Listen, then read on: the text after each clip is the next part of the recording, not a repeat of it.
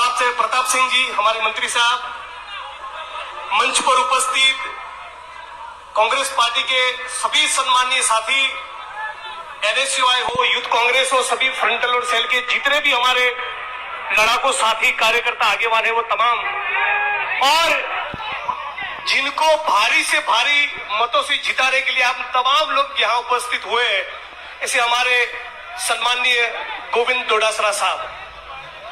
साथियों, आपके चेहरे का नूर ये बता रहा है कि आपने मूड बना लिया है, और न केवल लक्ष्मणगढ़ ने, लग रहा है कि पूरे राजस्थान ने मूड बना लिया है। तो आज मैं जो गुजरात से आपके बीच में यहां आया हूं, तो एक बात कहने के लिए आया हूं कि मोदी के गुजरात मॉडल की कोई औकात नहीं कि राजस्थान के गहलोत मॉडल का मुकाबला करके दिखाए। साथियों, 23 साल की छोटी सी उम्र में भगत सिंह ने, सुखदेव ने, राजगुरु ने बलिदान दिए। चंद्रशेखर आजाद, राम प्रसाद बिस्मिल, अशफाक उल्लाह खान, ऐसे अनगिनत लोगों ने तपस्या की और अपने बलिदान दिए, शहादत दी। डॉक्टर भीमराव बाबा साहब अंबेडकर, ज्योतिबा फुले, रामास्वामी पेरियार, सरदार वल्लभ भाई पटेल, पंडित जवाहरलाल नेहरू, गांधी जी, इन सबकी तपस्या और बलिदानों के चलते इस मुल्क को हम लोगों ने आजाद करवाया, और सभी जाति और धर्म के लोगों को साथ लेकर हिंदू, मुस्लिम, सिख, ईसाई, भारत मां के 4 सिपाही, इस भावना को डॉक्टर बाबा साहब अंबेडकर ने भारत के संविधान में पिरोया।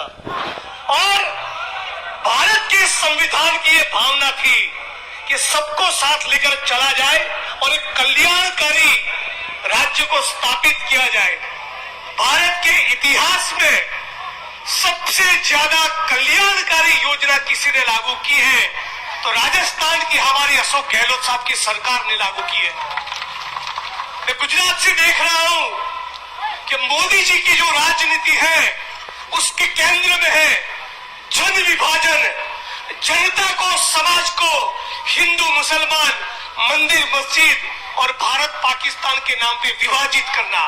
लेकिन राजस्थान की अशोक गहलोत सरकार के केंद्र में है जन कल्याण। जन कल्याण की योजनाओं के लिए मुझे लगता है कि पूरे भारत में भाजपा की सरकार को और मोदी को भी अशोक गहलोत सरकार से सीखना चाहिए। आज अब तमाम लोगों को 25 लाख तक की चिरंजीवी योजना का लाभ मिला। इस सरकार ने हजारों लाखों लोगों का इलाज किया। लेकिन हे लक्ष्मणगढ़ वासियों, हे राजस्थान वासियों, आप सभी का कर्तव्य बनता है कि अब की बार भाजपा और मोदी जी का पूरा इलाज करना है। इस बात का आपको संकल्प करना है।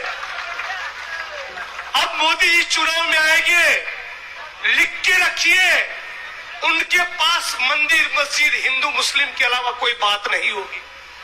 और इसीलिए हम सभी का कर्तव्य बनता है कि विकास के मुद्दे पर वोट हो। इस बात को याद रखा जाए कि 25 लाख की चिरंजीवी योजना भारत में कोई सरकार लेकर नहीं आई। भारत के सभी लोग राजस्थान से आस लगाकर बैठे हैं। राजस्थान से इसलिए आस लगाकर बैठे कि भारत के तमाम लोग ये देखना चाहते हैं कि इतनी योजनाएं लागू करने के बाद यदि राजस्थान में से कोई गड़बड़ी हुई तो बाकी के तमाम लोग भी जाति और धर्म के नाम पे राजनीति करेंगे। शिक्षा, चिकित्सा और रोजगार की बात नहीं होगी। और इसीलिए आप तमाम लोगों का कर्तव्य है कि हर कीमत पर कांग्रेस सरकार यहाँ पर रिपीट होनी चाहिए। वो आने वाले दिनों की इस मुल्क की राजनीति को तय करेंगे। कि लोग हमारी बहनों के आत्मसम्मान की बात करते हैं। मैं कहना चाहूंगा, गुजरात के अंदर आरएसएस और भाजपा की मोदी सरकार ने, सुनिएगा, बलात्कार करने वाले लोगों को जेल से निकालकर उनका स्वागत किया है, उनका सम्मान किया है, उनको लड्डू खिलाए हैं।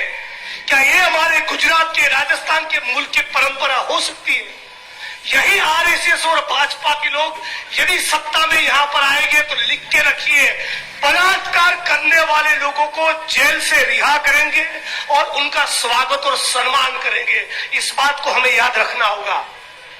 ये लोग, आरएसएस की किताब है गृहस्थ जीवन में कैसे जिए, और इस किताब में ये आरएसएस के लेखक ऐसा लिखते हैं कि किसी विवाहित महिला पर बलात्कार हो तो जहां तक संभव हो उस विवाहित महिला और उसके पति दोनों को चुप रहना चाहिए। ये आरएसएस के संस्कार है। आपको समझना होगा क्यों ये लोग मणिपुर के मुद्दे पर खामोश रहे, क्यों बिल्किस बानो के बलात्कारियों को जेल से छोड़कर उनको लड्डू खिलाए, क्यों दिल्ली की सड़कों पर हमारी वो एथलीट बहनें बलात्कार की शिकायत लेकर बैठी थी तो दिनों तक, महीनों तक मोदी जी ने सुनवाई नहीं की। मणिपुर में जिन बहनों को नग्न करके परेड करवाया तब भी मोदी जी खामोश रहे। क्यों? क्योंकि यही आरएसएस की सोच है, यही उनके मनुवादी संस्कार है। और इसीलिए राजस्थान की तमाम बहनों को, माताओं को मैं अपील करता हूं कि कांग्रेस की सरकार 1 करोड़ महिलाओं को 500 रुपये में गैस का सिलेंडर भी देगी, हर साल 10,000 रुपये आर्थिक सहयोग भी करेगी और साथ साथ आपके आत्मसम्मान की भी चिंता करेगी। इस बात को कहना चाहता हूं। साथियों, यहाँ ईडी के छापे पड़ रहे हैं।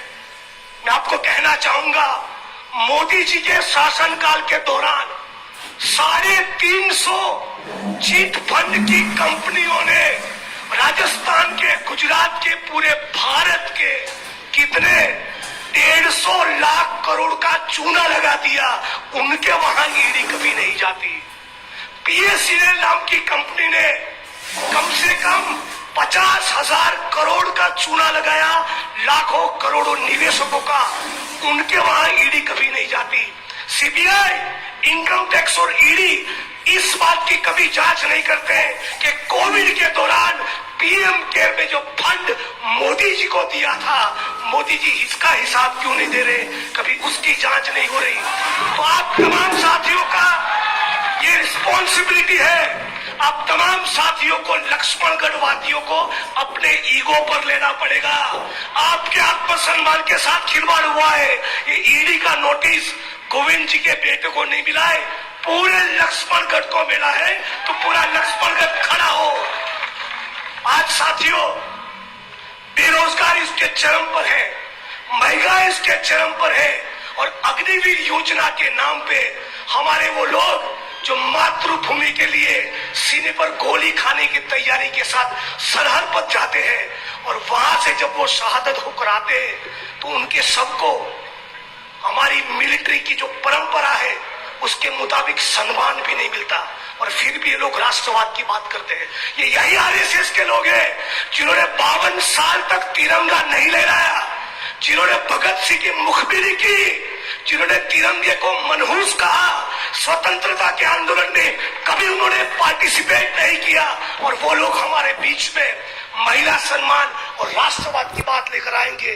तो अब तमाम साथियों को समझना है कि हमारे आत्मसम्मान की लड़ाई कोई लड़ सकता है तो गोविंद जी लड़ेंगे, अशोक गहलोत साहब लड़ेंगे, राहुल गांधी लड़ेंगे और गोविंदा आला रे आला। ये केवल कहने से नहीं चलेगा। जनसभा पूरी होने के बाद पहली पंक्ति से आखिरी पंक्ति तक बैठे हुए तमाम लोगों को कम से कम 50-50 घर जाना है और तमाम घरों में कहना है कि ईडी की ऐसी तैसी करनी है तो राजस्थान से एक ऐसा चाटा पड़ना चाहिए। आरएसएस और पड़ना चाहिए कि जिसकी गूंज मोदी जी के कानों तक 2024 तक सुनाई दे। इन्हीं शब्दों के साथ मेरी वाणी को विराम दूंगा। आप तमाम युवा साथियों को, दलित समाज के साथियों को अपील है, भारी मतों से गोविंद जी को जिताइए। इन्होंने 1200 करोड़ का नहर का काम किया है, 600 से ज्यादा क्लासरूम खड़े किए हैं, 2 आपके बीच में बढ़िया कॉलेज खड़े किए हैं और अनगिनत का गुजरात को हिंदू मुसलमान में विभाजित करने के बाद यही राजनीति पूरे देश में लेकर गए। अब तमाम लोगों का कर्तव्य है ऐसा चांटा इन आरएसएस और भाजपा के मुंह पर जड़ो कि उसकी गूंज 2024 तक सुनाई दे। इन्हीं शब्दों के बाद मेरी वाणी को विराम देता हूं। जय भीम, जय कांग्रेस, इंकलाब जिंदाबाद। मेरे साथ दोनों हाथ खड़ा कर कर कहिए, मैं कहूंगा इंकलाब, आपको कहना है जिंदाबाद। इंकलाब, इंकलाब। धन्यवाद साथियों। बहुत बहुत आभार। अब मैं आमंत्रित करना चाहूंगा हम सबके लाडले जाने माने कांग्रेस के नेता